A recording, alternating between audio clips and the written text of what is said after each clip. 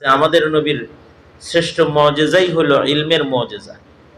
আমাদের নবীজিকে আল্লাহ তাআলা খুসুসান ইলমের মুজিজা দান করেছেন। মুজিজার তো অভাব নাই আমাদের নবীজির।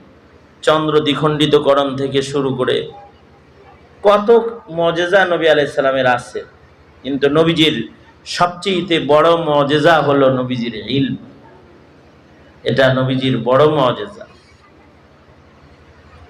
এবং নবীজির ইলমের মুজিজাকে সুউচ্চ করার জন্য নবীজিকে মিরাজের মুজিজাও দান করা হয়েছে।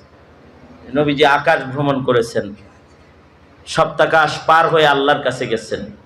সাধারণ পাবলিক জানে যে নবীজির মিরাজ হয়েছে নামাজ আনার জন্য, এটা অনেকে জানে।